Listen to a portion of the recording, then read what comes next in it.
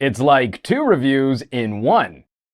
Welcome back to the Gadget Lab. The quandary, the issue I always face with modern day smartphones, these glass-on-glass sandwiches. I am not cool taking these out into the world naked anymore. I used to be that guy who would refuse to ever put a case on their phones, but when we start looking at repair costs, this stuff is getting pretty crazy expensive, pretty crazy fast. My wife accidentally cracked the screen on her Moto G5 and we're looking at a replacement. It's gonna be about $150.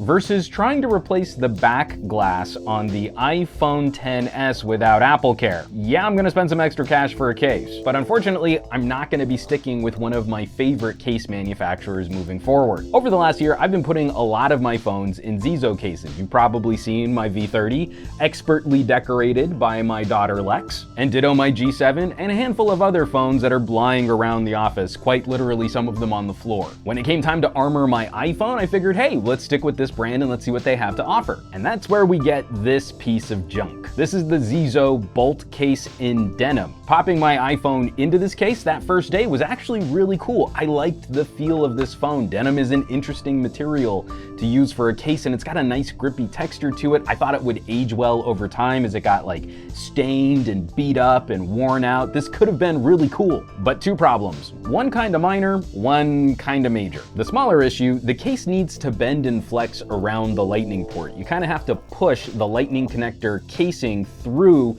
this cutout for the case. It doesn't really feel like it was well designed for that kind of lifestyle interoperability. I can't say that word. The more egregious issue, the very first time I pulled the iPhone out of this case, because people can't handle phone photography if you have your phone in a case, the entire back rail of this split from the main part of the case. And I could totally forgive a company having some kind of manufacturing issue on one case, but weeks after I contacted Zizo to try and get a replacement or to try and get this returned, get it swapped out, I have heard 0 reply from the manufacturer. And that to me is unacceptable, so I'll be walking away from this company for future case purchases. Garbage.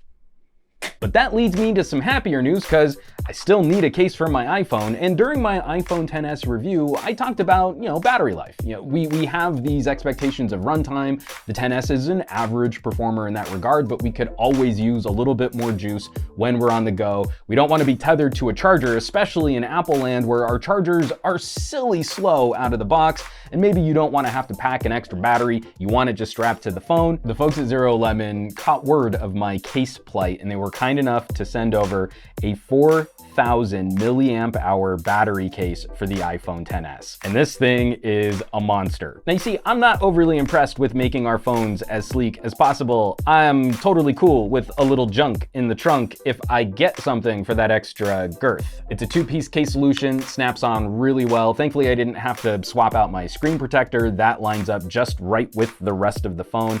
Everything's looking clean, and it feels nicely protected once we have it all assembled. It's a harder plastic shell. It's not gonna have the same sort of rugged, grippy, tough feeling as a shock absorbing case, but I do feel like this is gonna help bumps and bruises, and maybe even if it takes a drop from ear height, that the case is gonna take most of the damage and not the phone. But because this is a battery case and that lightning connector is plugged into the phone, I would have some concerns that if this took a really gnarly drop, like a corner drop, and then it flipped out from there, that you could do some damage to the internals on your phone.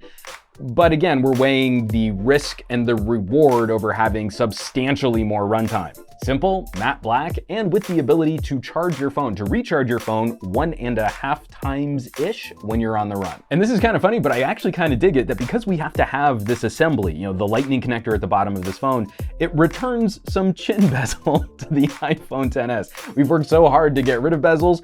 I actually like having some non-functional dead space at the bottom of this phone. The battery's mounted a little bit low, so it throws off the phone's center of gravity. It's actually appreciated that there is a dead spot here as you're holding onto it, as you're using the phone. We've got nice little cutouts in the case that play well with the clicky action on the power button and the volume rocker. We have a nice little scoop, a nice little cutout there so that we can get to our mute switch. On the positive side, because this bottom assembly blocks the speaker grill, we have these little redirecting routes. The sound gets pushed and funneled, and it really does help orient the bottom firing speaker to point more towards your face. When playing games and watching videos, that's a nice perk. But the operation and charging of this case is not like an Apple battery case. Yeah, there's a lightning plug to connect it to the phone, but then when we want to recharge the phone and the battery case, there's a USB-C connector on the bottom. If you live in a mixed gadget environment, that actually might be a perk. You know, everyone would be on the same kind of cable for chargers. I mean, heck, even the new iPads are going USB-C. That could actually be kind of cool. Also, because of Apple's frustrating design decisions on things like audio, I don't know that I would recommend this case if you're still a fan of using cabled headphones. This USB-C port is only going to move power through the case and charge your phone and the case's internal battery. It's not going to move any data or other information. So not only can you not use your iPhone headphone adapter, this will also not work with any kind of USB-C audio dongle. This is a big honkin' battery to slap onto the back of your phone to add into a case, but there's also not any additional sophisticated electronics happening here. And so if you really like wireless charging, again, that's going to affect the performance of your phone. There is no Qi coil on the back of this to transfer energy in. This is only a cabled solution. I hated the olden days of having like a big battery bulge, and I really like that there's more of a taper and more of a flow to this case, but that means there's a bit more empty plastic at the top. That's not a bad thing for this camera. Having this little trench around the camera acts a bit like a lens hood on a professional lens, and I've noticed that this does help rein in some of the more egregious lens flares that you can produce from the iPhone camera. Not a drastic change to performance, it's not night and day, this isn't going to solve all of those issues, but from some of those side lighting conditions where I could get rainbow and ring flares happening in daytime shots, a little minimized thanks to the ZeroLemon case. With any kind of accessory, we need to balance those pros and cons.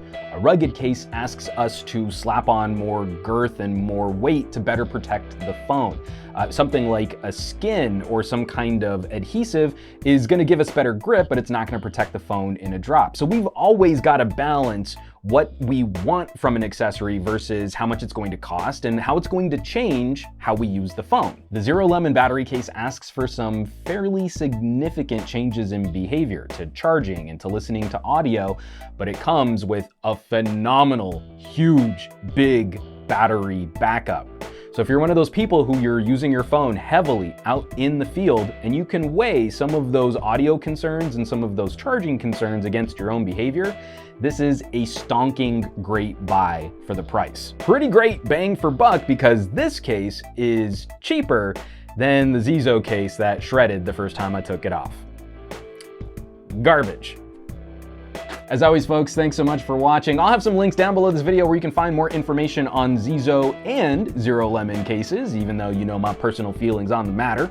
And if you're interested in more of the performance of these actual devices, some of the other accessories that I've been looking at, and then other things, like if you want to take those deep dives into camera and audio performance, head on over to patreon.com/SomeGadgetGuy. That's home to all of my deep dive reviews, and it's becoming a really fun community of like-minded tech pals. You'll get other perks like early access to videos, production diaries, behind the scenes, and again, I just hope you'll check it out. It's been a lot of fun to build that community over there. Patreon.com/SomeGadgetGuy.